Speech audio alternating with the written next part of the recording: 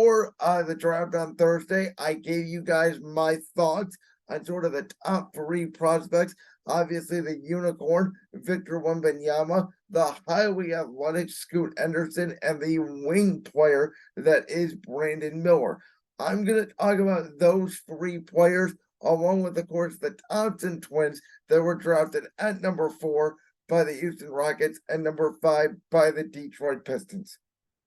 Obviously, there's not a lot more I can say that you haven't already heard out of my mouth over the last, 4+ months about the number 1 overall pick, San Antonio Spurs select Victor Wembanyama out of France.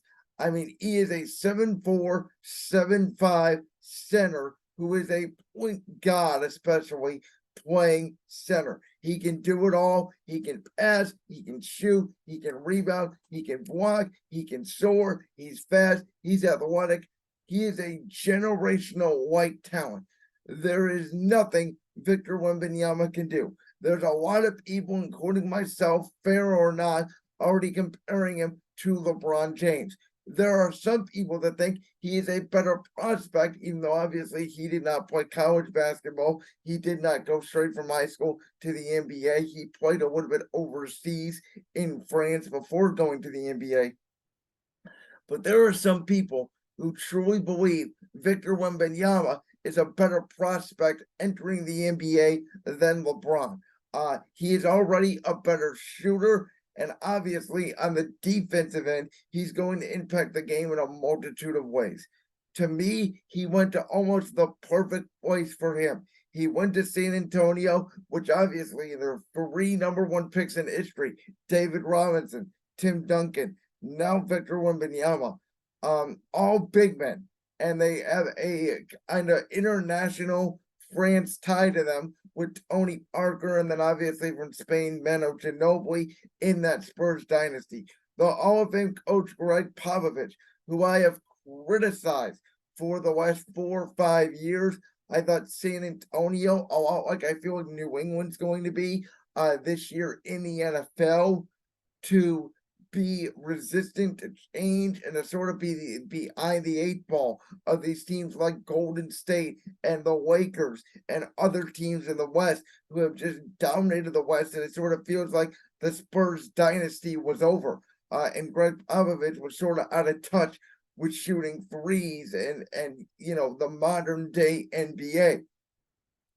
I think Victor Wembanyama is not going to get Greg Popovich for a long time. I don't see Popovich coaching for another 5 to 10 years. So I think because of that, Victor Wembanyama obviously speeds up the rebuild for the Spurs. I think they're going to spend money, and I think they're going to try to compete right away. And I would be very surprised if within the next 3-4 years, the San Antonio Spurs are not legitimate Western Conference contenders, if not made the NBA Finals. We all know LeBron made the finals in year 4 with that terrible cast of characters with the Cavaliers, essentially ending the Detroit Pistons, sort of no superstar, Chauncey Billups, Ben Wallace, Rip Hamilton, Tayshaun Prince, Rasheed Wallace team that won the 2004 NBA championship. We'll see if Victor Wembanyama can fast track, obviously in a much tougher Western Conference than the Eastern Conference was at that time for LeBron. But the talent in the NBA is so much better nowadays, and we're seeing the young superstars, a la Luka Doncic, a la Trae Young, Jason Tatum, come in and make an impact. Even if it's not a championship impact, Victor Wembanyama is obviously better than all 3 of those prospects. But these are rookies that have come in and made their teams go from, the number 2, number 3 overall pick in the draft to perennial contenders in their conference each and every year. Now, with the number 2 pick, the Charlotte Hornets selected Brandon Miller. And as I said on Thursday, I thought that they were going to pick Brandon Miller, and I said at the time, I think it's the wrong pick. Listen, I understand. We talk about fit a lot in sports, that sometimes it's not the best player on the board, but oftentimes it's fit. And there's obviously a concern there with LaMelo Ball and Scoot Henderson, both guards, Now they're both bigger guards, but they are both guards. And as I said on Thursday, I think in the NBA it is a wing league. I don't think you can have two great guards be your number one and number two scorers on a team and lead you to a championship, especially if your front court has limited to no production. So why then, with all these theories, you would think that I would think that Brandon Miller is the smart pick? Why then would I have taken Scooter Anderson number two overall? And the reason is because as I have said all along, again, when we get to the NBA draft, and this is what people don't really, in my opinion, understand about the differences between obviously, the MLB has a draft, the NHL has a draft, but there are differences between the two big drafts, which is the NBA draft and the NFL draft. They're almost in two different hemispheres. The NFL draft, NFL players or college players, if you will, going into the NFL are required to have at least 3 years of experience. So when they come out of college, they're already 22, 23, 24-year-old grown men.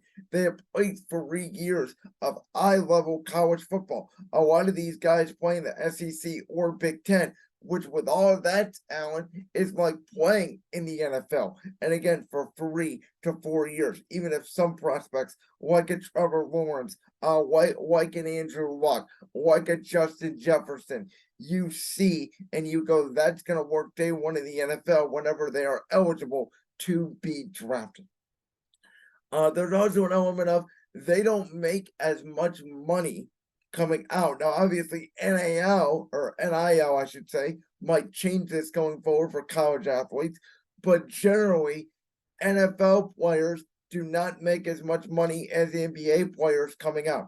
NBA players can make what I believe it's like 10, 11, 12 million, something like that in the first year. NFL contracts, even for the number one pick, very seldom. You're only paying them a couple $1 million. And on top of it, again, without being paid college money and NFL players' maturity, they're not looking to break the bank. They don't have a lot of money. And sometimes money can make people do stupid things. So when you're 18, 19 years old in the NBA and you're making all of this money and you can't drink, you can't go out, you can't go to a party yet because you're not 21, you don't know what to do with it. You go out and spend it because you're young and stupid. You don't know what you're doing.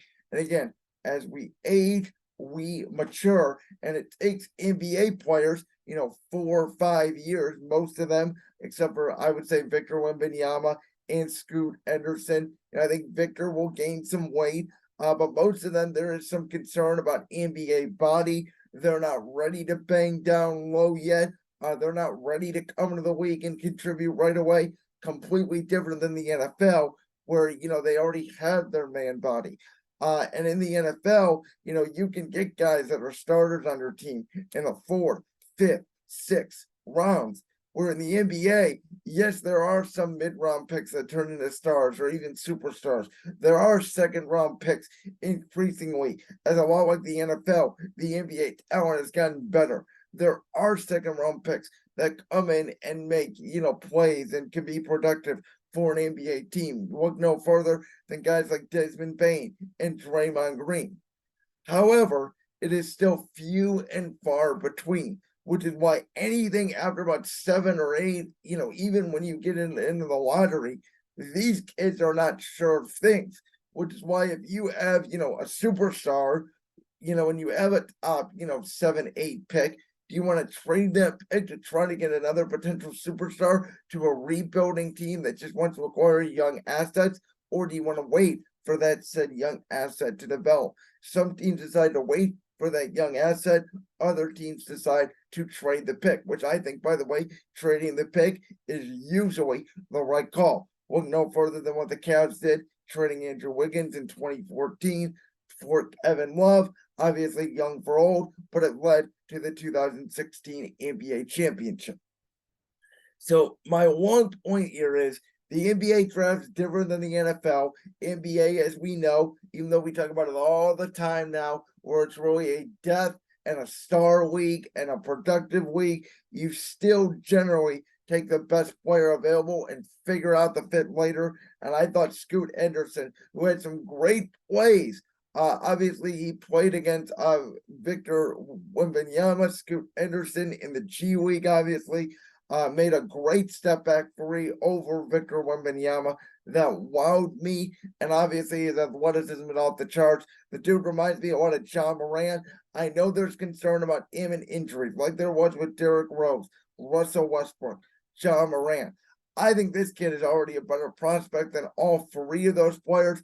I think he can be a lot like Victor Wembanyama, a franchise generational changing talent. And now with Michael Jordan out the door, and we're going to talk about Brandon Miller and what he said about Michael Jordan and all that here in a second. But now with Michael Jordan out the door, maybe Charlotte with LaMelo Ball can turn it around. Maybe Brandon Miller could become that second piece and Michael Jordan's departing gift, and we could be all wrong. But with Brandon Miller now obviously going to Charlotte, Scooter Henderson going to Portland. I'm going to talk about this in the next segment. Very interesting to see what happens with Scooter Henderson, Damian Lillard, and what the Blazers do.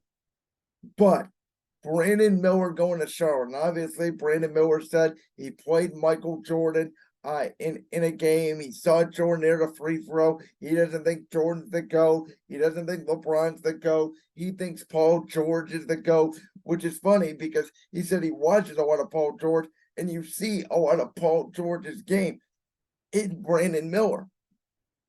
To me, Paul George is not worth the number 2 overall pick in the draft.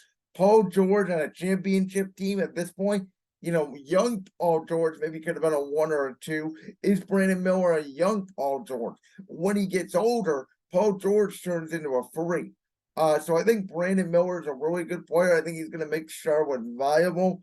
But again, I don't think he has the max potential that Scooter Henderson does have. I did not love his interviews. I think he tried to force his way out of Charlotte.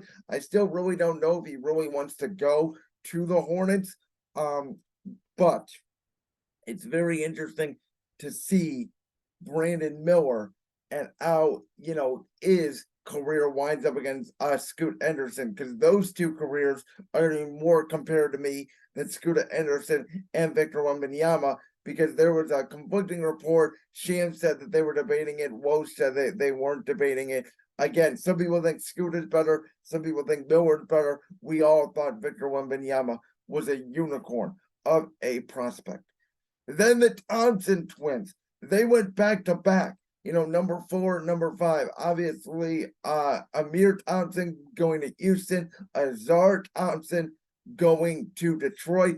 Both of these kids were both in the G League, which is crazy because, as I said on Thursday before the draft, potentially 4 of the top 5 players, and it ended up happening either from the G League, 3 of them, or overseas, obviously, in Wembanyama, with the one college player being Brandon Miller. It's why I said going into the NCAA tournament this year, Brandon Miller was easily the best player in college basketball, but there was going to be a lot of upsets, and potentially Alabama was going to be upset because the range of college talent is not there anymore in college basketball. The NBA, for some reason, has made college basketball almost its enemy, and they are promoting their G League and overseas way more than college basketball. Now, will it hurt college basketball in the regular season? Absolutely. Will it hurt it in the March Madness tournament? I really don't know, because this tournament was so much fun with so many upsets. With the lack of star power, you really did not know who was going to win the whole thing. I mean, look at our Final Four. It was upset galore. So in that way, I think it could work for college basketball. But again, without the star power, ratings are going to go down. That's why it's going to hurt college basketball in the long run. Nonetheless, these two kids, the Thompson twins, they are very similar games. I don't have one ranked better than the other. I think a lot of people say Amen is a little bit better than Ausar. Again, outside of a few highlights, I didn't really see what they can do. But both Houston and Detroit, I can tell you, are very guard heavy, and they just added other big guards. Now, these are 6'6", 6'8" guards, and obviously we're seeing that more and more. The LaMelo Ball, the Cade Cunningham type of 6'8". You could even rub Ben Simmons somewhere in there whenever he decides to play again. That sort of 6'6" to 6'8", 6'10", lengthy guy with point guard skills that are playing the number one position. But again, they both needed size, they both needed shooting, and both these teams now, Houston with Ime Udoka, Detroit with Monty Williams, they both have a lot of talent. They just need that one franchise-changing player, whether it's they develop, a Cade Cunningham or a Jalen Green, or a Jalen Smith in the case of the Houston Rockets, or whether they go out, they spend some money in the next free agency class, and they add another potential piece. But I think Houston and Detroit are both on the rise now, and they should be teams that a lot like Orlando and some of these teams that have been in the basement for a few years look out to be right there in both the East and the West, along with the San Antonio Spurs. We'll see what the Blazers do when it comes to Dame and Scoot Henderson, which again I'll get to in a minute. And then if Brandon Miller devotes for Charlotte now with Michael Jordan out of the way, and again, maybe they can start developing some talent. They could be right there in the East. So we got a lot of young and up and coming teams. I don't think we're gonna have a lot of bad teams. We'll get to Washington, obviously, and what they did in the draft. We talk about Chris Paul to Golden State. It seems to me like Washington's going to be by far the worst team in the NBA next year. And all the other teams, man, the NBA is getting to a point, well, like the NFL, where we may have one or two bad teams, but even our not so good teams are going to be able to win games. And better competition is always good for the product. So the NBA draft, I watched about the first 20, 25 picks. It's hard to do a lot of research because, again, a lot of these guys, the one and dones, did not play a lot of college. A lot of these guys are from the G League or overseas where you can just watch highlights. So I didn't know a ton of the prospects, but I enjoyed it. And again, to me, the big part of the NBA draft is always the top of the draft. You like that clip from the Brand's World podcast? If so, make sure you go down there and hit that subscribe button. While you're down there hitting the subscribe button, make sure to also hit the notification bell so you never miss another upload. And make sure you check out all the other clips from the Brand's World podcast right here on YouTube.